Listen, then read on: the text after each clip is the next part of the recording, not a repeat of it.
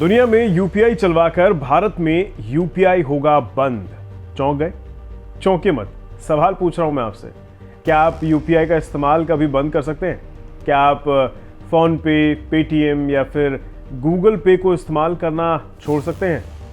शायद नहीं। इस सवाल को पूछने का कारण ही है आज का मुद्दा। नमस्कार, आप देख रहे हैं डिकोड। यहां हम रोज किसी ट्रेंडिंग टॉपिक पर बात करते हैं। आज का मुद्दा है स्टॉप यूपीआई। इन्वेस्टमेंट से लेकर किसी सामान को खरीदने तक, अगर आज की तारीख में पैसों का डिजिटल लेन देन करना हो तो सबसे पहले लोगों के जहन में यूपीआई पेमेंट ही आता है। छुट्टे पैसे की समस्या से लेकर रेड़ी पटरी गांव देहातों तक यूपीआई ने पेमेंट को आसान बना दिया है। डिजिटल इंडिया का ये सबसे चमकता सितारा है। इसकी सबसे बड़ी वजह डेबिट कार्ड या क्रेडिट कार्ड की तुलना में इसका मुफ्त होना है। इसलिए ग्राहकों के साथ साथ दुकानदारों ने भी इसे काफी आराम से अपना लिया। अब एक खुलासा हुआ है कि अगर यूपीआई पेमेंट पर फीस ली जाने लगी तो लोग इससे पेमेंट करना छोड़ देंगे। ऐसा मैं क्यों कह रहा हूं, चलिए बताता हूं आपको। हाल में भारतीय रिजर्व बैंक यानी आरबीआई के गवर्नर शक्तिकांत दास ने एक बयान में कहा था कि भारत में अगर 100 डिजिटल ट्रांजैक्शन होते हैं तो उसमें से 80 करीब यूपीआई से होते हैं। इसमें छोटे से लेकर बड़े ट्रांजैक्शन शामिल रहते हैं। ऐसे में खुलासा होना कि अगर यूपीआई पेमेंट पर फीस लगने लग जाए तो इसे इस्तेमाल करने वाले 70% लोग इसे इस्तेमाल करना छोड़ देंगे।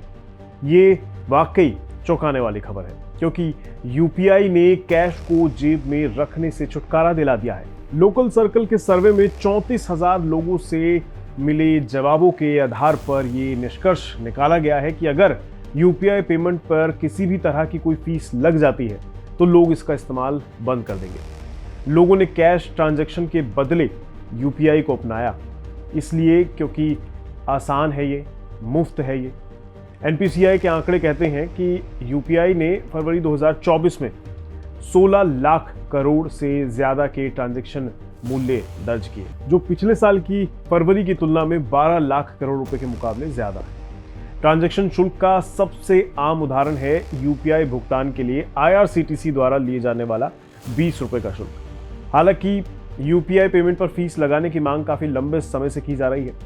यूपीआई पेमेंट की सर्विस देने वाली कई फिनटेक कंपनियां जैसे कि पेटीएम, गूगल पे और फोन पे चाहती हैं कि आरबीआई, एनपीसीआई और सरकार यूपीआई पेमेंट को एमडीआर यानी मर्चेंट डिस्काउंट रेट के दायरे में ले आए। एमडीआर से मतलब है कि एक ऐसी पेमेंट फीस होती है ये जो ट्रांजैक्शन प्रोसेस करने के एवज में बैंक या फिनटेक कंपनियां दुकानदार से लेती हैं। डेबिट कार्ड और क्रेडिट कार्ड से पेमेंट के वक्त दुकानदार को एमडीआर चुकाना होता है। यूपीआई ट्रांजैक्शन के पीयर टू पीयर होने की वजह से उस पर ये एमडीआर नहीं लगता है। ऐसे में फिनटेक कंपनियों के घाटे की भरपाई करने के लिए क्रेडिट कार्ड को भी यूपीआई से जोड़ दिया गया है ताकि वे ट्रांजैक्शन फीस ले सकें। वहीं फिनटेक कंपनियों ने कई अन्य जो सर्विसेज हैं उस पर प्लेटफॉर्म फीस वसूलना तो शुरू कर ही रखा है, वो तो आपको मालूम ही होगा।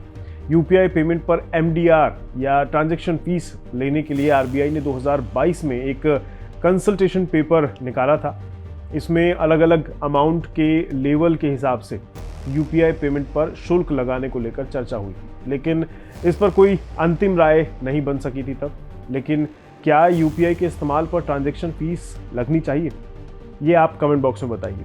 और ऐसी ही खबरों के लिए अनकवर को सब्सक्राइब अभी कर लीजिए ताकि फिर कुछ नया मुद्दा आपके सामने मैं ला सकूं और तुरंत आपको अपडेट कर सकूं। फिलहाल दीजिए इजाज़त, कुछ नया डिकोड करने के लिए काम पे लगते हैं। नमस्कार।